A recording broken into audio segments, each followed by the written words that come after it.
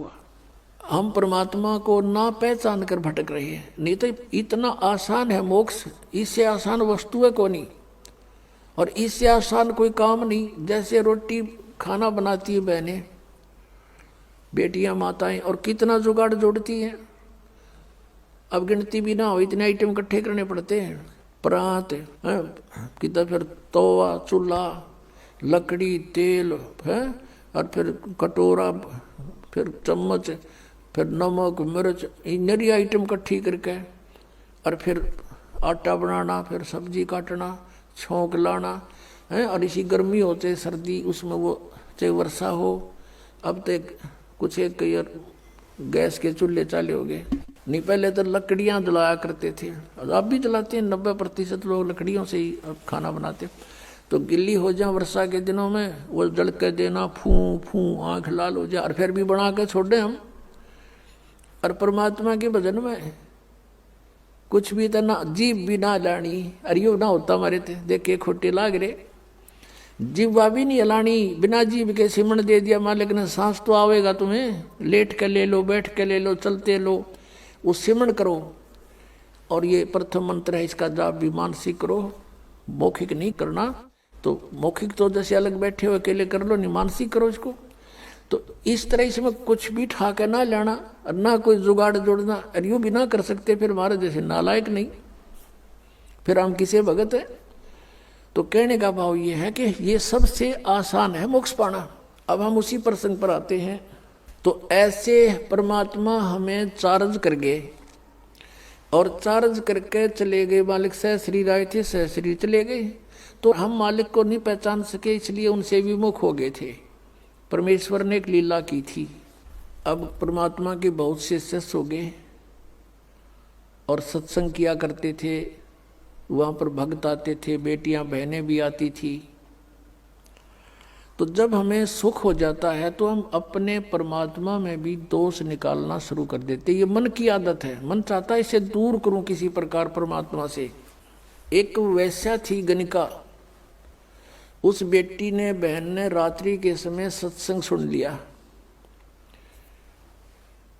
कोई दया हुई परमात्मा की, वह झांकी में बैठ गई अपने मकान में। रात का समय था, कहीं दूरी पर सत्संग हो रहा था, और रात्रि का जो साइलेंट पीरियड होता है, बिल्कुल शांत मौसम होता है, वातावरण, दूर तो का आवाज़ जाती है, और परमात्मा तो चाहे उसको सुना दे घर दूर बैठे। तो उस बेटी ने सारी रात सत्संग सुना कि मानुष जन्म परमात्मा पाने के लिए प्राप्त हुआ है, और इसकी भक्ति ना करके असंग जन्म कुत्ते बने, असंग जन्म गधे बने। वो सारी डिटेल मालिक ने सत्संग में सुनाई।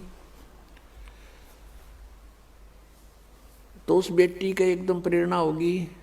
पुण्यात्माओं, सत्संग एक ऐसी वस्तु है, ये ऐसा तत्व है कि आत्मा को जोड़ कर धर देता है, चाहे कसाई भी क्यों ना हो।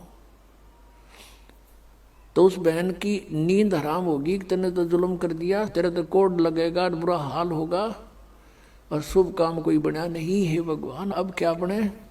सारी रात बेचैनी में इधर उधर घूमती रही। जब सत्संग के बोलिया तो अगले दिन वो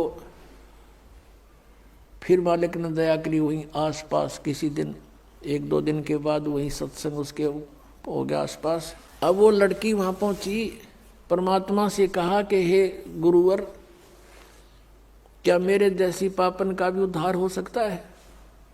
परमात्मा ने कहा बेटा, उसने कहा, परमेश्वर ने पूछा कि आप क्या बात बेटी, या तो कोई भी मुझे निरपराध व्यक्ति नजर नहीं आता, सभी कोई ना कोई अवगुण करते ही रहते हैं, और सत्संग में उसी का समाधान होता है। उस लड़के ने कहा, परमात्मा मैं तो बहुत निकम्मी औरत हूँ, ऐसे ऐसे मैं गणिका हूँ, वैसा हूँ, क्या मेरे जैसी दुष्टा का भी उद्धार हो सकता है। परमात्मा ने कहा बेटा, अब कितना ही मैला कपड़ा है, उसका साफ करने का तरीका साबुन और जल है। सत्संग यही काम करता है। लेकिन बेटी, पीछे बनी सो बनी, आगे मत करना। कान पकड़ दिया उस बेटी ने कि आज के बाद परमात्मा कुछ भी नहीं करूंगी मैं, अपना मांग का भोजन खा लूँगी। फिर परमात्मा ने कहा बेटा जो भी तेरा ठीक है संस्कार था, लेकिन इस संस्कार को चेंज कर देंगे हम, भक्ति करना। अब उस लड़की ने उपदेश ले लिया। अब पुण्यात्मा जिसका लागे सोतन जाने, उसने तेन सोचा तू मरगी कति बिरान माटी होगी तेरी, और उम्र भी 40-45 के आसपास हो चुकी है। और पुण्यात्माओं को ये काल जगह जगह अच्छी बुरी तरह फंसाता है। तो उसके लगन लगी, पिछला संस्कार प्रबल था बेटी का, जहाँ भी सत्संग हो लड़की वहीं पहुँच जा और निकट जा बैठे मालिक के मुंह की तरफ देखे और सत्संग सुने, गहराई से विचार करे। अब क्या होता है कि वहाँ संगत में जैसे कोई और बाहर के व्यक्ति कहने लगे रहे तुम्हारे गुरुजी के पास तो वैश्या भी जान लगी, सुप्रसिद्ध वैश्या थी वहाँ उसकी काशी शहर की।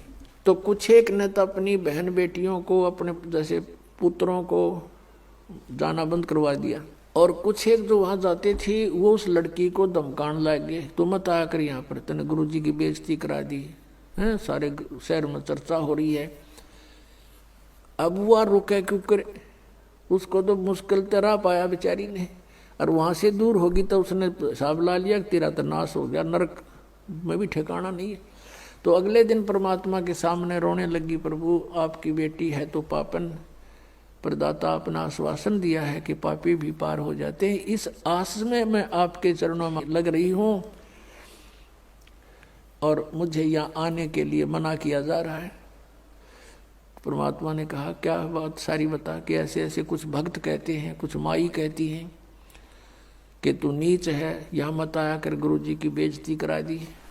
तब परमात्मा ने कहा बेटा तू खूब आया करे, और तुझे मना करे उसको मुझे बताना है। फिर परमात्मा ने सत्संग के माध्यम से उनको आगाह किया, भाई कुष्टी हो वह संत बंदगी कीजिए, हो वैश्या के विश्वास चरण चित दीजियो।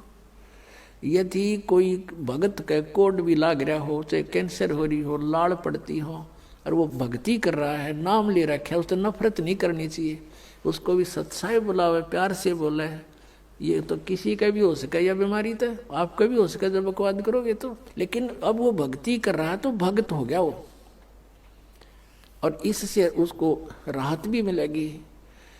और जैसे कहते हो वैश्या के विश्वास चरण चित दीजिए, यदि किसी बहन बेटी गलती से किसी भी दुष्कर्म में फंसी हुई है और वो भी सच्ची लगन से भक्ति करती है, कहते हैं उसको भी रिस्पेक्ट देना, बकवाद नहीं करनी चाहिए।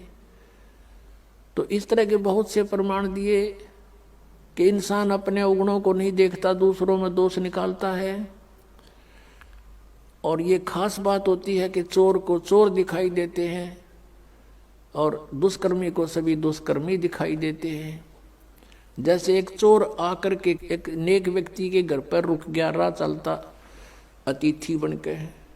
अब उस नेक व्यक्ति ने उसको एक नेक अतिथि जाना, क्योंकि वो स्वयं नेक था, उसने उसको चोर नहीं माना, खाना खिलाया, बढ़िया वस्त्र दिए, सर्दियों के दिन थे, अपने घर में चौक में सोया जहाँ आप सो रहा था।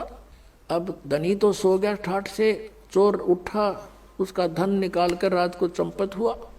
अब वो चोर तो चोर था, लेकिन उस नेक आदमी को चोर दिखाई नहीं दिया।